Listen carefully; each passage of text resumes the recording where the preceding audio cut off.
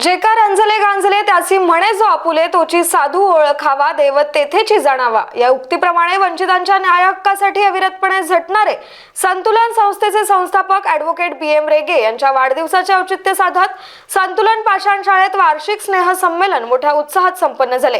या निमित्ताने आधार कार्ड मेळावा, ध्यानधारणा शिबिर, नवनिर्वाचित नगरसेवकांचा सत्कार, गुणवंत विद्यार्थ्यांचा सत्कार अशा विविध उपक्रमांचे आयोजन करण्यात आले होते। कार्यक्रमाचे उद्घाटन उपस्थित नगरसेवक रामभाऊ दाभाडे, अनिल सातव, सूर्यकांत गोरे, परमेश्वरी गोरे, वंदनाताई भुजबळ, ॲडव्होकेट BM रेगे, ॲडव्होकेट पल्लवी रेगे आदींच्या हस्ते दीप प्रज्वलन करण्यात आले।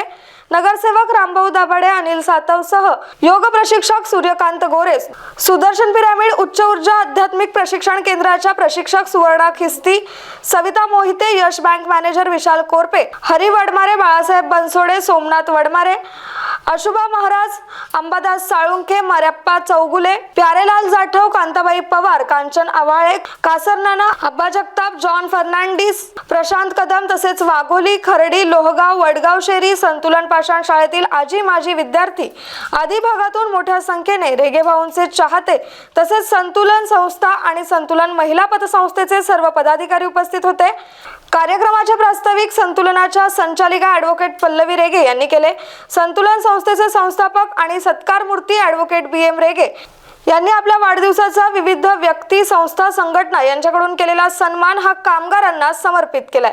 की फक्त लिहिता वाचता येणं म्हणजे शिक्षण नाही, तर बुद्धीला सत्तेकडे, भावनेला, माणुसकीला आणि शरीराला समाकडे नेण्याचा मार्ग म्हणजे शिक्षण। भाऊ, तुम्ही आम्हाला ह्या गोरगरीब लोकांना शिक्षणही देताय, त्यासोबत त्यांचा आनंदही वाढवताय।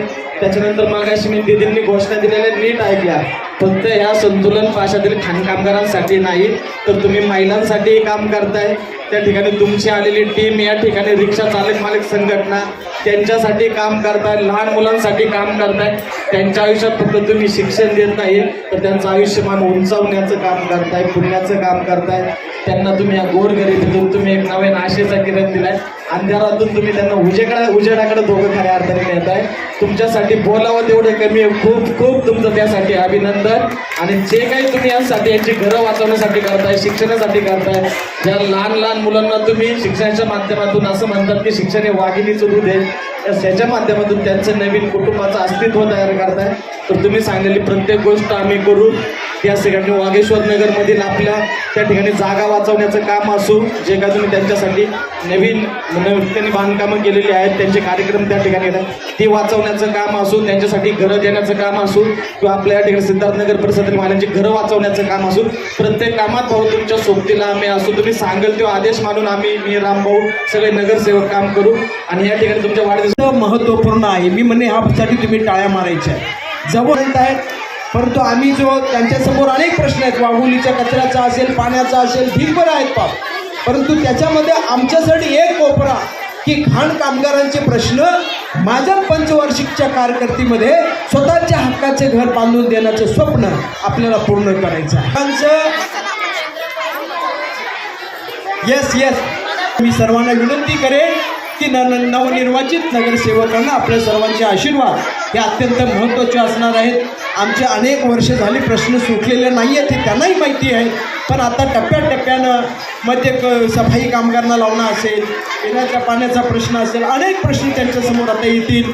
आणि जसं जसं ईश्वराने त्यांना बळ देव, शक्ती देव, सहनशीलता देव, कारण ह्या सगळ्या सामाजिक राड्यामध्ये विशेषतः मागील लोकांनी काही कामं केली नसली तर तो फार राडा मोठा वाढत जातो आणि कार्यकर्त्याच्या मानसिक संतुलन हे खूप महत्त्वाचं राहते। म्हणजे संस्थेचं नाव आम्ही संतुलन देण्याच्या मागची भूमिका आहे।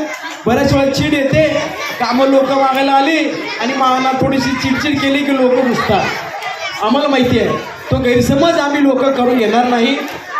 आणि तरुण यंग आहे त्याच्यामुळं बऱ्याचशा कामाचा राडा असा पुढा येत असताना आम्ही तुमच्याबरोबर आहेत। या ठिकाणी आमचे बहीण जगतापताई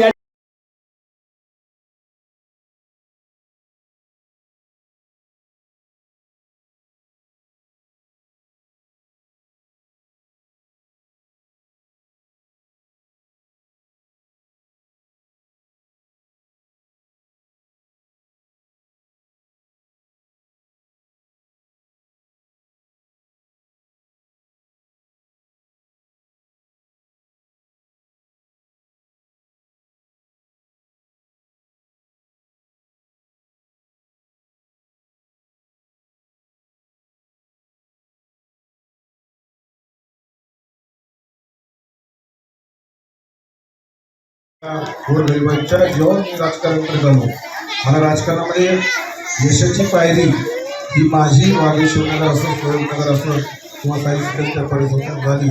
आणि आता राजकारणामध्ये मला वाटतं मी स्थानिक स्वराज्य संस्थेची ही शेवटची निवडणूक माझी लढायची होती.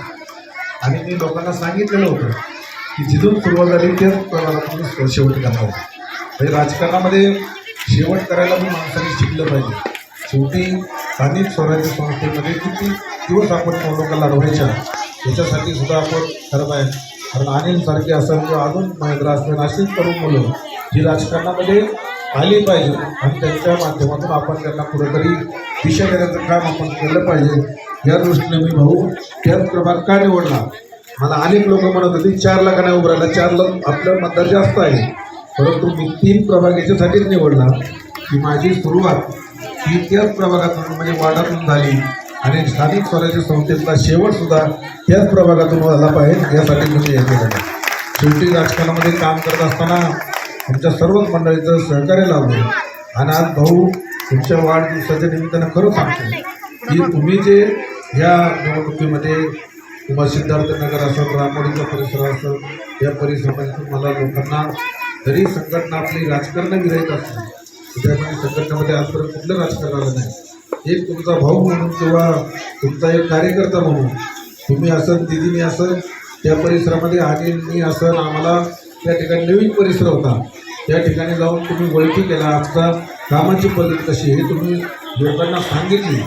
तुम्ही ज्ञानेश्वर पाटेकर, स्टार महाराष्ट्र न्यूज, पुणे.